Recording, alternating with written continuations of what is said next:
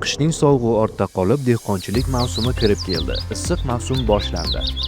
Aprel oyidan boshlab dehqonlar dehqonchilik mavsumiga tayyorgarlik ko'rib, qishda g'amlab qo'ygan qishloq xo'jaligi texnikalarini olib chiqishadi. Bahorgi dehqonchilik mavsumida motokultivatorlar, traktorlar va kultivatorlar kabi turli xil qishloq xo'jaligi texnikalaridan foydalanish ko'payishi bilan juda ehtiyot bo'lishingiz kerak. Qishloq xo'jaligi texnikalariga oid ko'pgina baxtsiz hodisalar ehtiyotsizlik va e'tiborsizlik tufayli sodir bo'ladi. Ayniqsa qishloq xo'jaligi texnikasini tekshirmasdan yoki himoya vositalarini kiymasdan qishloq xo'jaligi uskunalaridan foydalanish asosiy sabablardir. Agar siz muntazam tekshiruv bilan bir qatorda ish paytida xavfsizlik qoidalariga rioya qilsangiz, baxtsiz hodisalarning oldini osongina olishingiz mumkin. Biz hozir har bir bosqich uchun profilaktika choralari haqida bilib olamiz. Birinchidan, qishloq xo'jaligi texnikasini ishlatishdan oldin uni sinchiklab tekshirish zarur.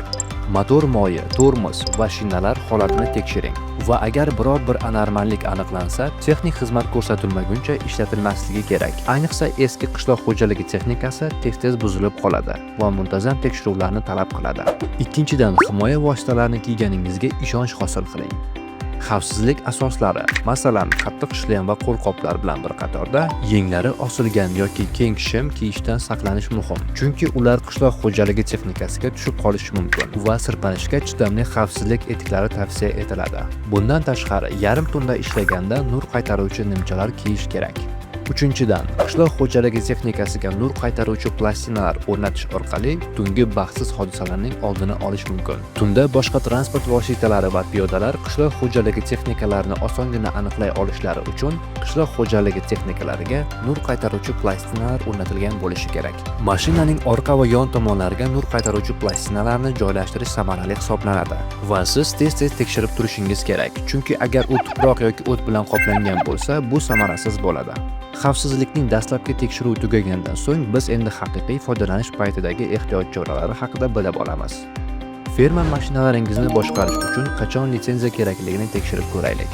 Qishloq xo'jaligini mexanizatsiyalashtirishni va rivojlantirishga oid qonunga muvofiq ro'yxatdan o'tilgan qishloq xo'jaligi texnikalarini dala yoki ferma yo'llari kabi yo'lsiz hududlarda dehqonchilik maqsadlarida boshqarish uchun guvohnoma talab etilmaydi. Biroq agar texnika umumiy foydalanishdagi yo'llarda, masalan, ikki qatorli va undan katta yo'llarda harakatlansa, yo'l harakati to'g'risidagi qonun amal qiladi va qishloq xo'jaligi texnikasi operatori litsenziyasi majburiy hisoblanadi. Texnikalardan litsenziyasiz ferma bilan bog'liq bo'lmagan maqsadlarda ishlatish va avariya sodir etish jinoiy javobgarlikka sabab bo'lishi mumkin. Shu sabab ehtiyotkorlik tavsiya etiladi.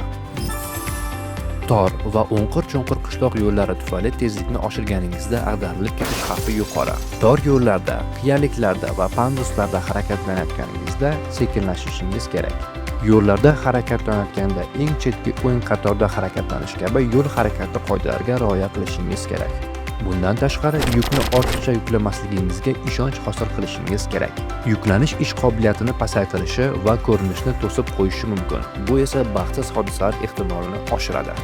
Qishloq xo'jaligi texnikalari bilan bog'liq baxtsiz hodisalarning oldini olishdan yaxshi narsa yo'q. Operatsiyadan oldingi tekshiruvlar bilan bir qatorda, agar siz muntazam texnik xizmat ko'rsatish bilan shug'ullansangiz, xavfsizlik vositalarini kiysangiz, past tezlikda harakatlansangiz va har bir bosqichda xavfsizlik qoidalariga rioya qilsangiz, baxtsiz hodisalarning oldini olishingiz mumkin.